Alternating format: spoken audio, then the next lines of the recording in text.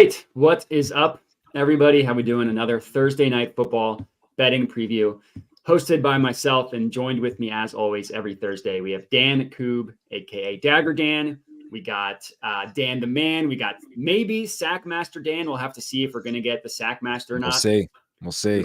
We also get a guy who has some news to share. So Dan, what's going on? How's your life? Life is interesting. Matt, thanks for having me back on Thursday. I know we didn't do it last week because of Thanksgiving. The previous Thursday, I had childcare stuff to do. So first time, long time. Yeah. Not first time, like fifth time, long time. But big fan of obviously the Jedi Modi Sports Betting Network and all of its affiliates, rapidly growing. Get on the train, everybody. Tons of affiliates. Yeah, life's been interesting. If you follow me on social, obviously I'm no longer at Sport Trade, so I'm no longer shilling for one specific book, although I wouldn't call it shilling. Don't sue me. Yeah, had a really good time there. Loved working there. No hard feelings. Alex Kane, CEO and founder, has a business to run. They wanted to move away from internal content. That's okay. It's not my business. It's his. I still consider him a good friend. He pulled me out of standing on street corners, reporting on murders for CBS Philadelphia, which was not my favorite thing to do in the world. I love talking about betting and sports and fantasy and goofing off. So it was a great 2.5 years. I love the company. Wish them well. And thanks to a lot of people who have reached out, a lot of people in the betting space. Obviously, Matt, I've talked to you a good deal. Tom Viola from Unabated, a great deal. Captain Jack, who I credit with teaching me probably more in 2 years of sports betting than anybody that I've spoken to. It was great to sure I got laid off. Was not fired, just FYI. Laid off. So these things happen. But we're open for biz. So come get me. Let's chat. As is Matt. Yeah, right? I was going to say. Matt's out there too. So come find us. And if not, I'm also happy to announce for the first time ever, Matt, that you and I are actually starting a new fantasy betting website. So congrats to us. It'll be the Modi Sports Betting Network. It's his face. I'm just writing behind it. So congrats to us. We did it. Yeah, that's completely news to me, but I'm excited about our new venture that I didn't know that we were doing. That's going to be I already bought the domain. I bought the domain. Perfect. It's always good to do that stuff before any planning and research. And yeah, that's always good. Yeah, it's dongsplural.com. Dongs with a Z. With a Z, yeah, so people don't get confused. Well, dongs.com was taken, and I got to say, the content was not what I expected. It was not home runs? No. That's I can't weird. believe it. Yeah. It wasn't home runs. I mean, look, they were long, but they were not home runs. Got it. Interesting. Right? Yeah. Well, yeah. Dan, welcome to the laid off gang. You're just a couple months behind me. Thank you. So I appreciate that solidarity. I'm sure that you're very happy now that we can join this together. I'm guessing that you were excited about the news because you knew that we could now be laid off bros together. Oh, I thought you were going to welcome me to dongs.com as the CEO and founder. Well, that was the next part. I was getting into the business that I'm starting, dongs.com. Yeah. Cool. All right. Well, Dan, sponsored by Brazzers. Yeah, of course. Yeah. Yeah. Well, yeah. I mean, as someone that has experienced that, it's never fun. But when one door opens, when one door closes, another door opens. That's what everybody says. And that's what everybody loves to hear when something bad happens. Yeah. Or my favorite is just take this time and relax, because when you get another job, you're not going to be able to. Look, I'm a veteran of the unemployed game. I mean, I jumped around to 5 different television markets in like 7 years. So I understand leaving a job on your own terms. I understand betting on yourself and going elsewhere. And I've already had conversations with multiple different places, potentially even including a sport trade rival. But it's easier said than done. So here's a unique thought. Take some time to yourself, enjoy the time that you have off. I'm sure only one person, it was a very profound, only one person gave that advice to you. Yeah. I mean, tell that to my 18-month-old daughter. She really wants dad to take her time. Food can wait. Dinner can wait. Not a big deal. College savings in this economy, everything's fine. Honestly, facts are the same at community college as they are at Harvard. So that's true. Guess what? True. Sorry, kiddo. Going to BCCC. Not there's anything wrong with that. I don't want to upset anybody. Yeah, I'm sure people are offended that are watching. Yeah. All right. Well, I have no doubt that you will land on your feet. And if not, you always have a fallback at dongs.com. So just keep that in mind. Much appreciated. Well, Thursday night football tonight. I feel like two teams with a winning record, although Seattle doesn't quite feel like it. At least it's not the slop fest like we've had Panthers, Bears, we've had Jets, Raiders. That might have been Monday night. We've had some pretty disgusting primetime games. At least we have one good team here, Seahawks versus Cowboys. The order of how they appear on the graphic should be flipped because the Cowboys are at home, so that's my bad. But Cowboys best offered at -8.5. If you're in on them, -115 at FanDuel. Seahawks +9.5, -110 at Caesars. This line opened up at -7, which there was no way it was going to stay there. I think the next day, I think it was on Sunday, it opened up -7. By Monday, it was already 8.5. I thought we were going to get up to 10. That never happened. So if you're on Seattle, you can still get them right below that +10 number. But in terms of main lines, what do you think about this one? Well, so you're saying you're surprised that you get up to 10. In your mind, is there still value at 9? I would take it at. I told people that I would take it up to 9.5. So if I would take, in terms of an odds perspective, whenever I put the graphic on here, when I say best offered, I mean in terms of the best spread, not necessarily the best analytical price. I haven't looked at the unabated alternate line to calculator, which is amazing. I've been actually using that a lot recently. Something that I should have been using more. Unabated, the alternate line tool is incredible because you can kind of see what the better value is depending on the odds for the different prices and stuff. So I haven't actually gone through that to see what's the best from an EV perspective. I just put that in terms of likely to win. But anyways, I would, to answer your question in a very long-winded way, I would still take Seattle at Cowboys at -9.5. Gotcha. Yeah, it's a game where Dallas comes in as an absolute wagon, specifically at home. They're covering by an average margin of 18 points per game at home, which is just insane. And something I think is interesting about the Seattle team, Matt, is that when you think of the Seattle Seahawks, right, you think of Pete Carroll, you think of running the football, right? They got rid of Russell Westbrook because they didn't want to let Russ cook anymore. They wanted to run the football more, control the clock more. And which is interesting about that is that they're actually upside down. They're 27th in the league in rush play percentage, even though they have Kenneth Walker, even though they have Zach Charbonnet. Just 39% of their play calls are runs. And with Geno Smith, they're at 61% passing, which is the 6th highest percentage in the National Football League. The problem is, and you alluded to this at the top when you were saying they're probably not that good, despite the fact that they're 6-5, is they're not efficient when they throw. 17th in passing yards per game, 19th in completion percentage. So they're throwing it, but they're not good at throwing it. And they have 2 good running backs, and they don't utilize them, and they don't utilize them in the pass game either. These guys really don't get a lot of targets. Yeah, they're throwing the ball a lot without having a lot of success doing so. Yeah. Even from just Geno Smith, I know he was the most accurate quarterback in the NFL last year. And I forget the exact stats, but even in terms of completion percentage above expectation, if you want to look at advanced stats, he's below average. DK Metcalf, Tyler Lockett have not been good. They drafted in Smith and Jigba. He has not done anything. He's had a couple flashes. That one-handed catch was awesome last week, but overall it's been a disappointment. And the Cowboys, they're just mowing teams down. And people love to make the joke about they can't beat a team with a winning record. Even though the Seahawks have a winning record, they are not on the list of teams that the Cowboys I think would struggle with. So I already mentioned it. I'm all over the Cowboys on this one. Of their 8 victories, 7 have come by 20 plus points. They are the ultimate. Them and the 49ers are the ultimate front running teams. Whereas when you get a lead, it's just over. And I don't think that makes them fraudulent that they can annihilate these bad teams. We'll have to see if they can actually beat someone who's good. But in terms of this game against Seattle, I expect basically what's going to happen, what they did against the Commanders last week, what the 49ers did against the Seahawks last week, where they won by, I think it was 31-13. They won by 18. A couple of weeks ago, the Seahawks lost by 31 to the Ravens. They had a good start to the year. Now they've lost 3 of 4, and they're just clearly not the same team they were last year, and they're not the same team that they were even at the beginning of this year. Just to buttress some of those stats you laid out, even defensively, going back to Seattle, bottom 3rd in the league in rush yards allowed and passing yards allowed.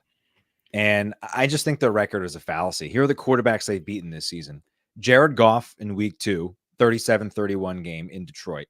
Bryce Young, a game in which they allowed 27 points, which is by far a season high for Carolina. Daniel Jones, PJ Walker, Sam Howell, Josh Dobbs on the Cardinals. That's it. Yeah. Those are the teams that this Seahawks team has beaten. And I think they're coasting, at least defensively, on the primetime game against the Giants. Yes. Daniel Jones, of which we saw Witherspoon has a pick six. Their secondary is flying all over the place. They're shutting teams down. And I think now there is a perception that their secondary is better than it actually is. The front seven doesn't get after the quarterback. They don't stop the run. I think they're bad. And the team that crushes bad teams more than San Francisco, as you mentioned, is Dallas. And to sort of to back you on the spread here, I'm not going to bet it because I didn't get it at 7.5. So to me, like, the value was gone. I'm not betting it, but I will say the Cowboys, especially at home, have shown that they are becoming one of the most aggressive offenses coming out of their bye with Mike McCarthy calling plays. And that kind of leads me to the total. It opened at 46. It's now up to 47.5. Some sort of, biting my own ass this way. I am still comfortable with this at 47.5 because of how aggressive the Cowboys are being. Not only do I think Seattle's going to be in chase mode, but here are the stats in terms of aggressiveness. Dallas, number 1 in completion percentage, number 4 in yards per pass, number 4 in yards per game. They're averaging 40 throws per game the last 3 weeks. And guess what? These games have not been close. That's the biggest point. Yeah. Even when they're up, they are bombing away. I mean, if you watched on Thanksgiving, they are up 3 scores on Washington, and they threw a 40-yard touchdown over the top. Yeah. So, like, it's no holds barred. It's a TLC match when they walk into the Hell in the Cell. Like, they just want to light up the scoreboard, especially at home. They're 3rd in the league in completed air yards per target, which also means they're pushing the football, right? So that they have make no qualms about it. Like, this Cowboys team wants to score points. Again, like, we think about Seattle. And we're like, Pete Carroll wants to just run the football, and they're not doing it. Like, what's the reason Kellen Moore was fired? Allegedly. Yeah. Right? For not having enough balance, for scoring too quickly. Too fast. They scored too many points too fast. Scoring too many points too fast. You can't score points too quickly. Everybody knows that. You gotta be like the Charlotte Bobcats. You gotta take your time. You gotta walk it up the floor. Okay? Can't be scoring that fast. Of course not. And then what does Mike McCarthy do? He's throwing the ball all over the yard. Now, nobody cares. But if you're a Dak Prescott, if you have shares of Dak Prescott in fantasy, you're probably loving this last 6 or 7 weeks. But this is a team that just is out for blood against teams that are bad. And I don't see any reason why that would stop. And they can score on defense. DeRon Bland obviously set the record for most defensive touchdowns in a year between their pass rush and their secondary. Yeah, sorry, I was laughing because I was laughing at my dog who had to make an appearance on the show. I guess she made an appearance and now she's out. But yeah, I'm with you. I mean, Seattle, they acquired Leonard Williams and the rush defense has suddenly gotten worse. And that's already already having a bad passing defense, like 23rd in DVOA, 22nd in terms of passing yards allowed. Like, sneak preview, I'm going to be all over Dak and I'm going to be all over CeeDee Lamb. But for that same logic, like, again, I just think this game is going to be a total blowout again. And you think that the Cowboys can't keep doing this, but they have such an easy formula, especially against a team that their offensive line is shaky with Seattle. And then the only other play that I have non-mainline, also non-player prop is, so I know you're on the over on this one. I'm actually on the Seahawks team total under 19.5. Okay. This was a positive EV play that I found. It's minus 115 at Caesars. Since that 49ers game where the Cowboys completely soiled themselves on national television, they've only allowed 20 or more points in 2 games. One of them was against the Eagles, which is not Seattle. The other one was a garbage time touchdown against the Rams. More often than not, they're not allowing teams to do that. And then Seattle has only scored 20 plus points in one of their last 4 games, and that was against the Commanders, who are also not really a professional football team. So the over could still hit. Cowboys could put up 45 themselves. They've been doing that pretty consistently. But I opted not to take the main line total, and I do really like the Seahawks team total under. One of the things to keep in mind too for the total is, everyone's always complains, oh, short week, right? Both these teams played on Thanksgiving. So they both had a full week of prep. I don't think that'll be a factor. We have seen repeatedly, there's a great stat. Let me see if I can find it real quick. A fantastic Twitter feed, the name of which, of course, I can't remember, but it basically tracks aggressiveness of scripted plays. So, like, how aggressive are your scripted plays coming out of the gate? And that is a huge indicator of whether a game has an opportunity to go under or over, right? If a team is kind of happy to let the game come to them, or if a team is really trying to get after it. I think both of these cases, you have an aggressive Cowboys team that has thrown the ball all over the yard, and a Seattle team that probably knows it's going to have to score a lot of points in order to win, right? Like ball control is not going to work, and they don't run the ball anyway. So that's why I think this is a really great over spot, 47.5. But you have to be comfortable knowing that both of those coaches have that mindset, and based upon the data that we are seeing, and even the last 3 to 4 weeks of data is showing us both these teams need to be aggressive. Yeah, and just a couple comments here. 36 points as with the Cowboys average at home. I have heard today. Hopefully that is an accurate stat. I have heard as always. So. Yeah. And then apparently that the team total for Seattle is 18.5 at -105. I would still take the under, like between 18 and 19 points. Like that's not a key number that you're getting below or above for the team total. So I still think that's fine. Anything left to say on the main lines? Are you ready to move on to some player props? Yeah, let's do some props. I'm just looking up quickly a particular one. Go ahead. Yeah, so I already mentioned it. I only have two. I'm not doing anything more. I'm on CeeDee Lamb, 100+ receiving yards, and Dak, 300+ passing. I normally try to find one play for each team, but I just couldn't get there with Seattle, and I didn't want to force something just for the sake of having it. Are those parlayed or are those separate? Because taking a same game parlay like this is not worth it because the odds are going to be tanked. Like you're not going to get a good value because they're just going to nuke the odds because it's correlated. Right. So we already talked about it. Like Dak's been on fire. He's got 400 passing yards, 300 in 4 of the past 5 games. The only game he didn't was against the Panthers, who, of all the schlop that the Cowboys have crushed, the Panthers are the worst of the worst. And like he's done it in all of those games except for one have been blowouts. Like the Eagles game was the only game that wasn't a blowout. So even in a game that we're expecting him to win by 10+, he can still get there. And then CeeDee Lamb had a 4-game stretch where he was just on fire. 117, 158, 191, 151 passing yards.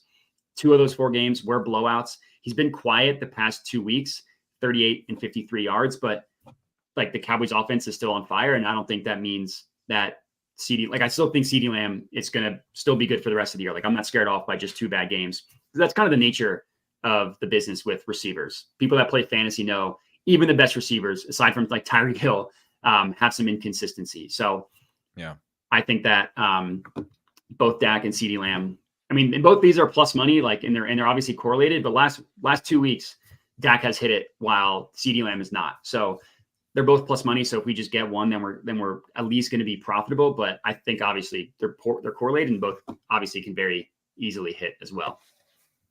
Yeah, one of mine is on the opposite. I'll go with a different one. One of mine is also with Dak, and that is again just how aggressive this team has been. His total right now for pass attempts 35.5 at Bet Rivers -114. I really like that number. I think that's a number that is gettable. Now it's going to be tight.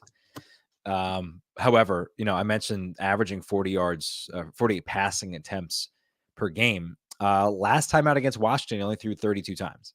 So what does that tell you? It means the other game, and that, I mean, the Washington game was just an absolute, dog walk. Yeah. I think Seattle's gonna have a little more fight considering they're still looking for a wild card positioning. I like that number. So again, that's over 35.5 pass attempts at -114. That's at Bet Rivers. My other one here, I have to admit, is a bit of a gut check, get a gut feel. Okay. And that is on Zach Charbonnet to score a touchdown tonight. Has yet to score all season. Kenneth Walker is doubtful. He's not going to play. Yeah, he's not going to play. Yeah, he's not going to play.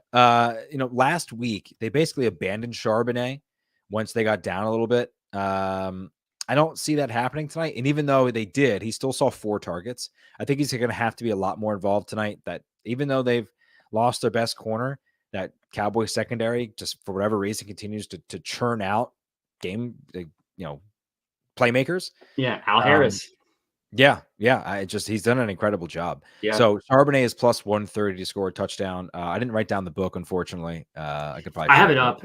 If those of you that use ESPN Bet and can get more than $10 down, it's at 160, which is best offered. Outside of that, so I haven't used ESPN Bet yet. As a quick digression, is it that bad? Well, I think they just transferred over whatever is Barstool. So I was heavily limited on Barstool. So legitimately, my first wager placed was limited to like $11. Oh my god! And so you didn't get the $200 in bonus bets? I did at least get those. I thought I didn't at first because the way it appeared didn't make any sense. Like it was like if you just go to look at your promos are not there. It was weird. But I did get that. I did think it was funny. I'm assuming he's not tuning in. I did tweet out, obviously, that how lame it is that ESPN Bet, and like the senior product manager for ESPN Bet responded and was like, "This is not the experience that we're hoping for." And I was like, "Well, do something." I think I follow him on Twitter myself. Yeah, I think I followed him after because he followed me and responded to that. Yeah. And has yet to be reconciled. I'm sure that he's working diligently on it. I'm sure right as soon as this episode is over, that will be rectified. Yes, 100%. I'm sure of it. Yeah. Yeah. In any event, Charbonnet. So you brought up the sack master. Here's the problem with the sacks tonight. Micah Parsons has 11.5 sacks already this year. His career high is 13.5. It sure is. If you go to FanDuel, so his price to record a sack is -215. It's crazy. No thanks.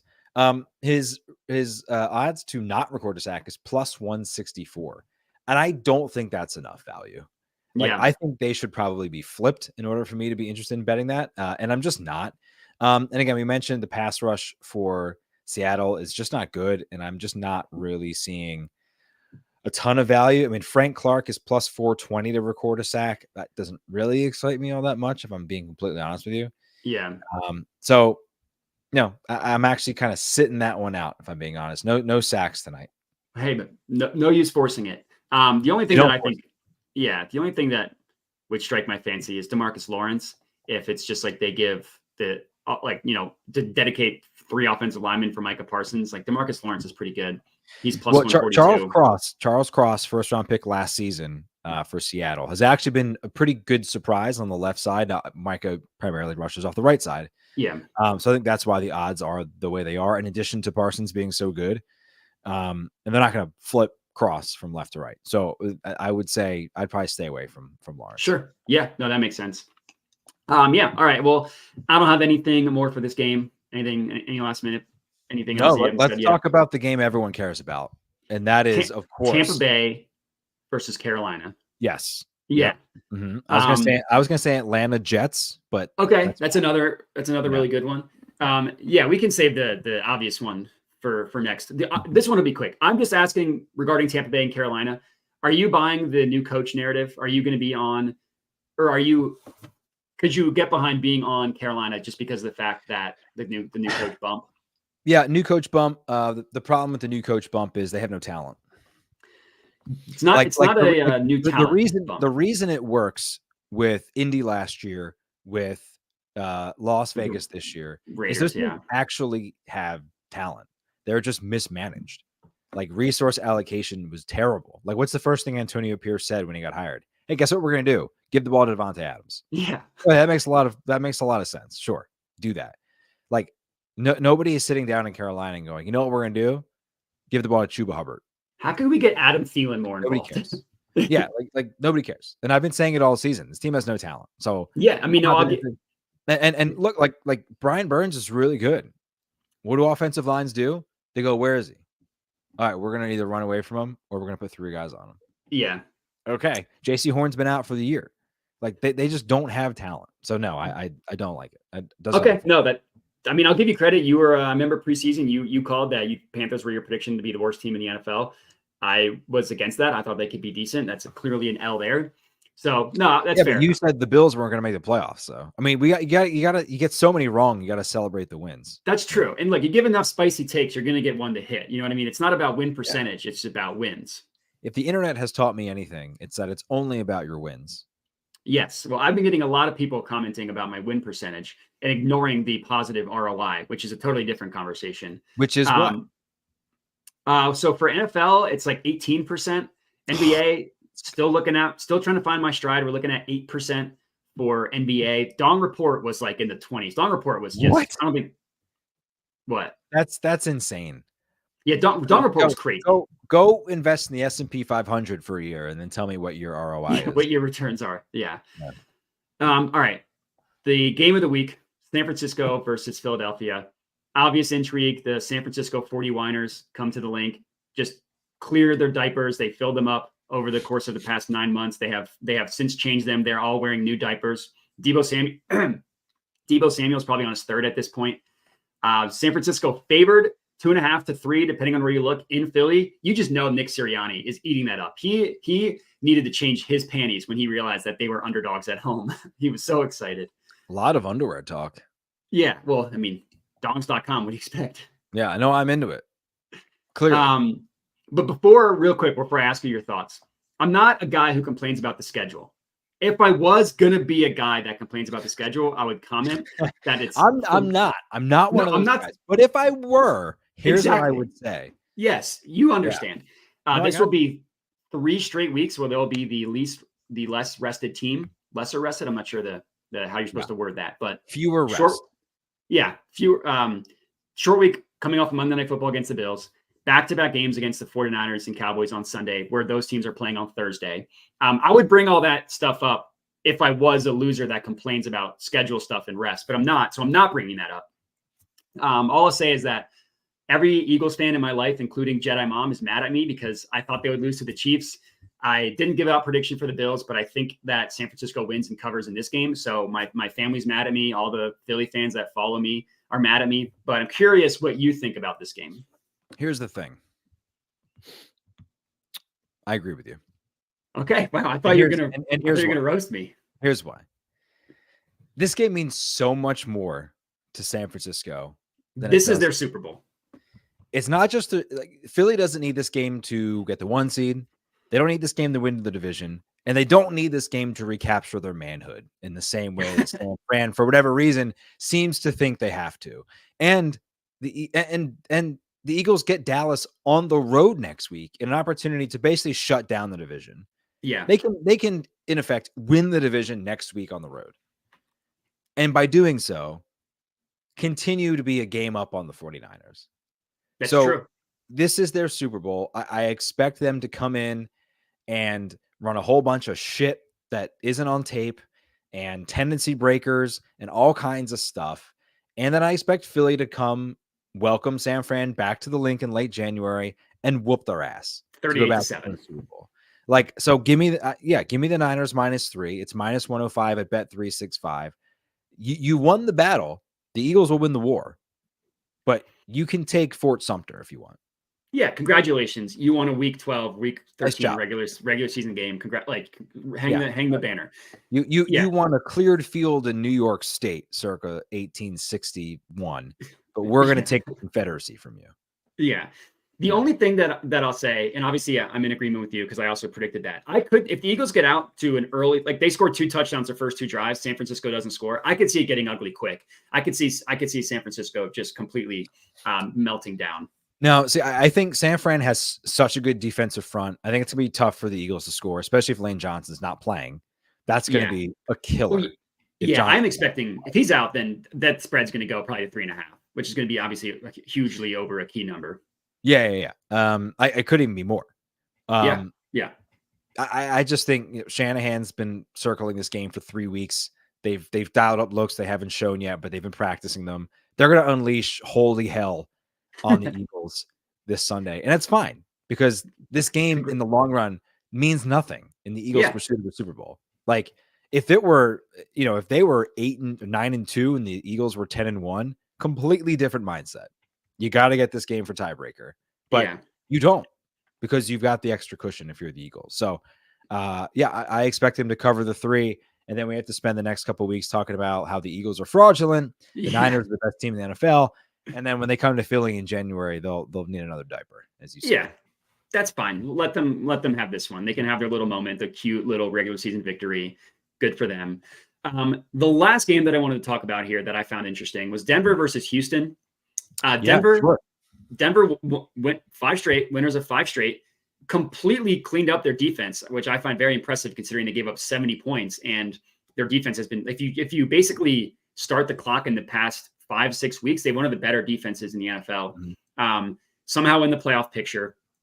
Whereas Houston, everybody loves CJ Stroud. I love CJ Stroud. He's awesome. They're 3.5 point favorites, literally everywhere. It's complete agreement on the line. So from an EV perspective, this is a complete stay away. I'm just curious your perspective. I'm not necessarily buying the Broncos. I just think getting above a field goal is too rich for my blood. So if I had to give a prediction, I would be on Denver. But again, curious your thoughts on this one. I don't disagree, only because you have so many key players and key positions for the Texans who are rookies. And with that just comes inconsistent play. And I love CJ Stroud too. And I love Tank Dell. And D'Amico Ryans still looks like he can bench 350. And Will Anderson has been really good defensively. Yeah. The problem with that is you have so many young guys in key positions. And we see that. There are some drives where CJ Stroud looks like Tom Brady, and there are some drives where he looks like, Bryce Baker Young. Mayfield. Yeah, I mean, just looks terrible. Yeah. And to be expected. Now, I like to go over the Broncos' schedule. I think that 70 burger. Again, we talk about narratives and things that people saw last. I think that just tends to stick with people. But you're right. Since that game, they've allowed 17 points to the Packers, 9 points to the Chiefs, 22 to the Bills, 20 to the Vikings, and 12 to the Browns. Now, having said that, right, you play Jordan Love, and Jordan Love can't tie his shoes and chew gum. Like Josh Allen, great win. Chiefs, great win. Vikings with Dobbs, and the Browns last week scored 12 points with DTR.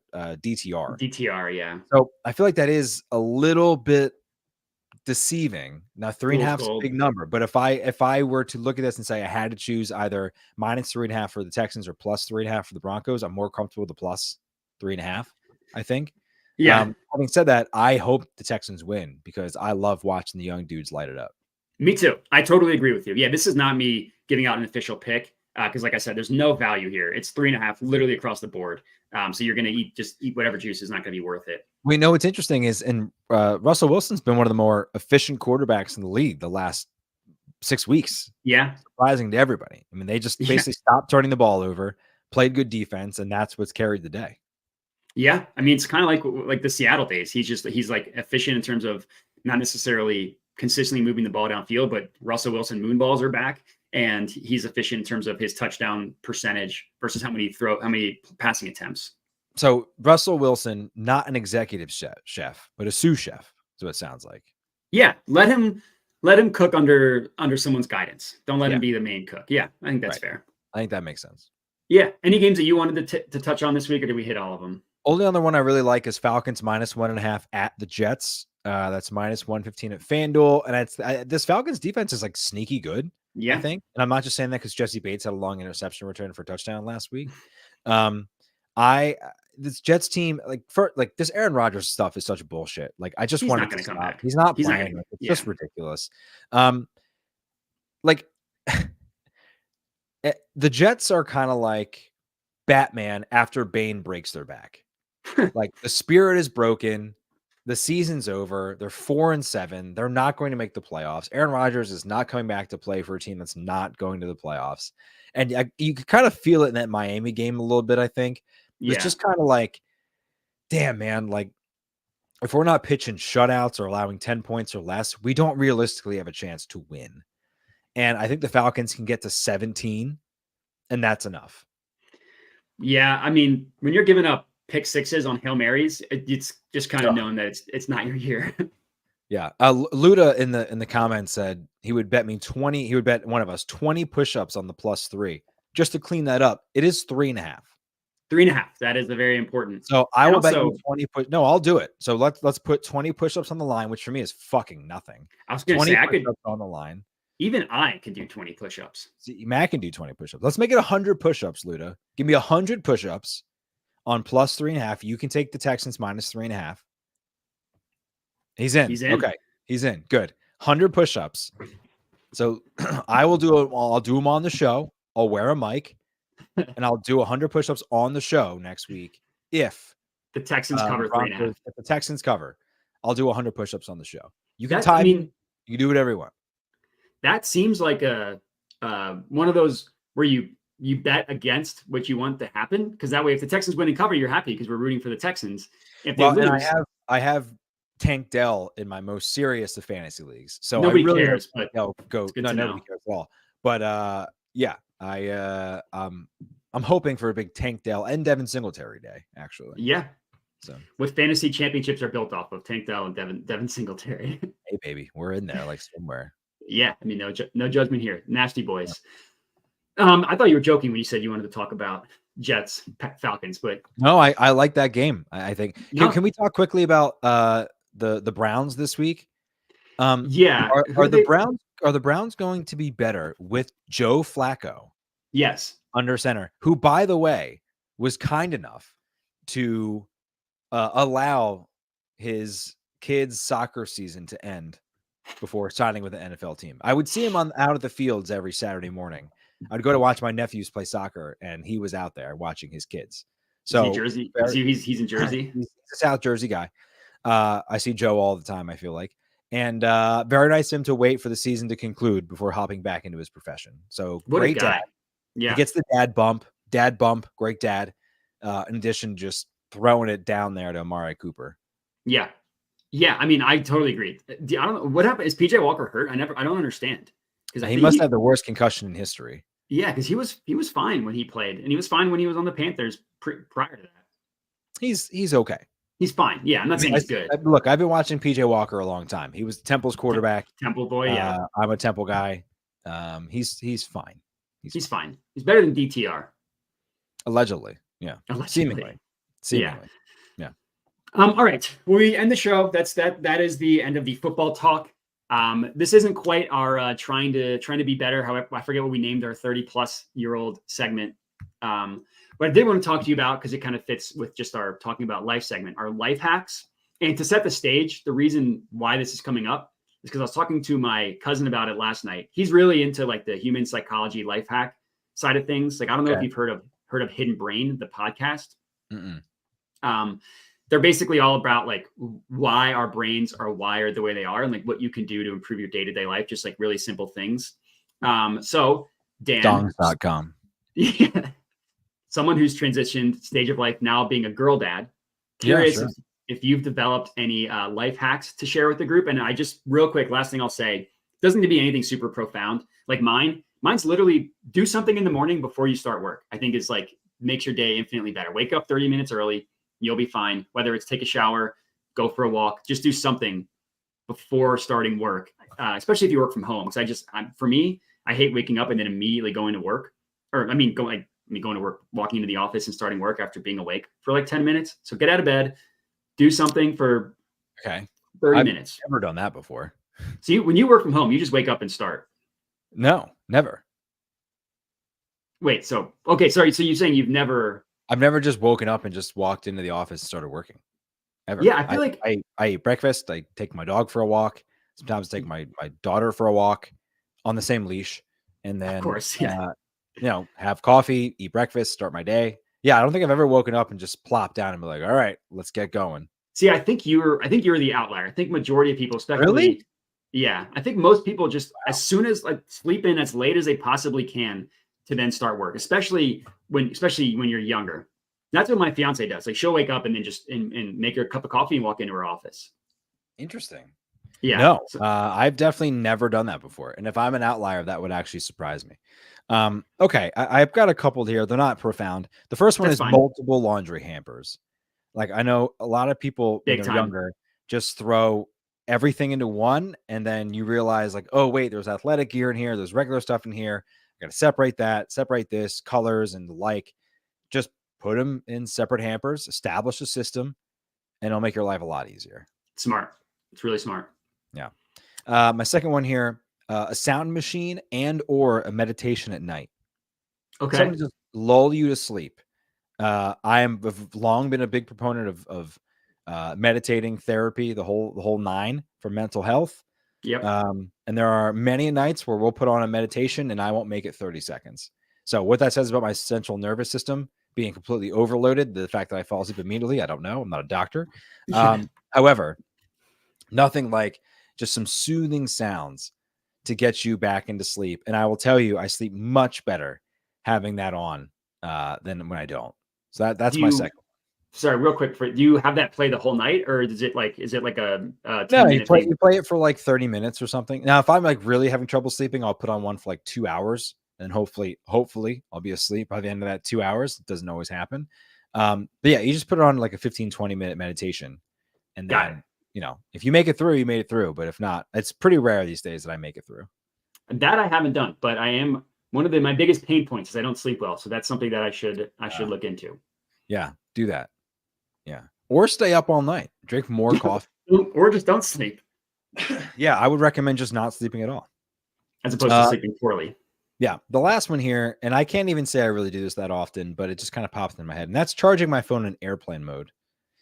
Interesting. That's something I do. It does charge your phone faster, but I really only use it in case of emergencies. Like if I'm traveling and I need some juice, I'll do it. But I live in a house with electricity, so there's always an outlet nearby.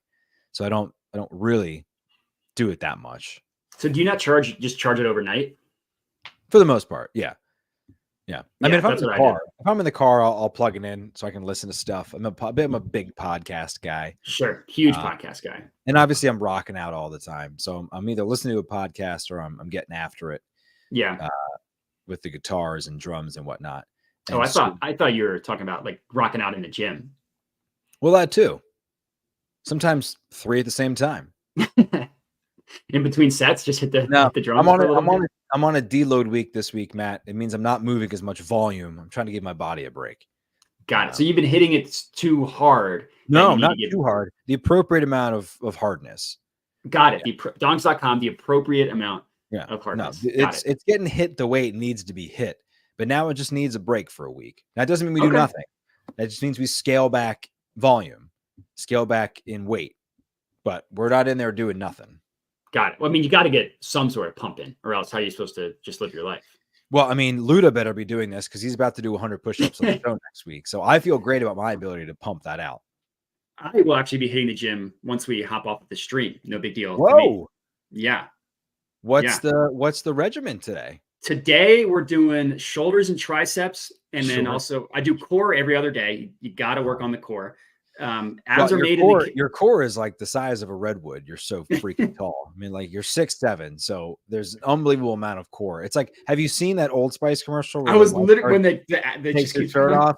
Yeah. I mean, I don't know if people know that. So Matt is actually that guy's body double.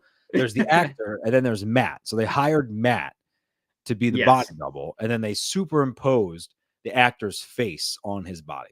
That's correct. That's how it's actually, it's actually not that hard. Even before AI. Can we put that comment up on the screen? Yeah, real quick. That's why I was laughing. Yeah, Luda Bang Bang. Yes, Matt is actually 6'7". I've met him in person. We hugged, and I basically was like, belt high on him. And I'm not a short guy. No, not a short king. No, not a short king. Regular sized king. Yes, of course. Yeah. In reality, I'm 6 feet tall, but every time Dan tells a story, I gain 2 inches. Since when are you 6 feet tall? I've literally seen you before. Has Luda seen you in person? I don't think. No, Luda Bang Bang has not seen me in person. Yeah, and I have. So who are you going to believe? That's true. Who are you going to believe? Yeah. Yeah. The only other life hack that I have, and I'm not always great about it, is I feel like when you have a chore that you need to do that's going to take not that long, replace the paper towels, replace the toilet paper, take the trash out. Just do it when you realize that you need to do it. I feel like it's like, oh, I noticed I need to do that. I'll do it later. And then you realize you need paper towel, and then it's too late. Yeah. You're like, is that a life hack, or is that just being more responsible? Well, I think all of these are kind of life hacks, or sorry, kind of both, like being responsible, because I feel like, I don't know, if it's just really easy to be like, oh, I need to do that. Okay, I'll do it later. And then I've just noticed from just take the 2 seconds to just do whatever needs to be done when you notice it at that point in time, and it'll just make your life infinitely easier in the long run. Okay. But yeah, no, that's it. If any more life hacks come to mind, I'll bring it up on future episodes. Sure. All right. Well, you didn't ask me, but today was squat. I squatted today. You were just chomping at the bit to did some circuit training as well, just trying to get the cardio, the heart rate up. Sure. Finished with some steady cardio, walking uphill for 10 minutes at a time. Just really jacked. You want the purpose behind that is you really want to spike your heart rate. Got it. So that's what you want to do. So you want to be around 165 beats per minute, which is achieved. It was what we achieved. So got it. And you have like a heart rate monitor, or you use your Apple Watch? Apple Watch for that one. Yeah. Okay. Got it. I used to have a Whoop. Whoop. Yeah, I had one of those too. But I couldn't justify paying $300 a year for the same thing I could just buy once. Yeah. People care a lot about this. My old job had when I was still in the real world, had a wellness monthly stipend. So I just bought it and would expense it. Perks for working at Salesforce was where I used to work prior to. Oh, so you're the one person who knows how to use Salesforce. Yeah. Yeah. Oh, great. Yeah. If you need a Salesforce That's valuable because nobody knows what the hell is going on in that thing. If you need to use if you need a Salesforce administrator, hit me up. Okay, I'll alert my former employer. Yes, please do. All right. Well, Dan, I appreciate you as always for hopping on. I apologize for the career news, but I have no doubts that you'll land on your feet. And donks.com, I think, has a lot of potential. I think so too. Yeah, we'll text Tom and we'll see if Tom wants to ghostwrite on dongs.com. He definitely will. I mean, with that hair, they want to be Timothy Chalamet.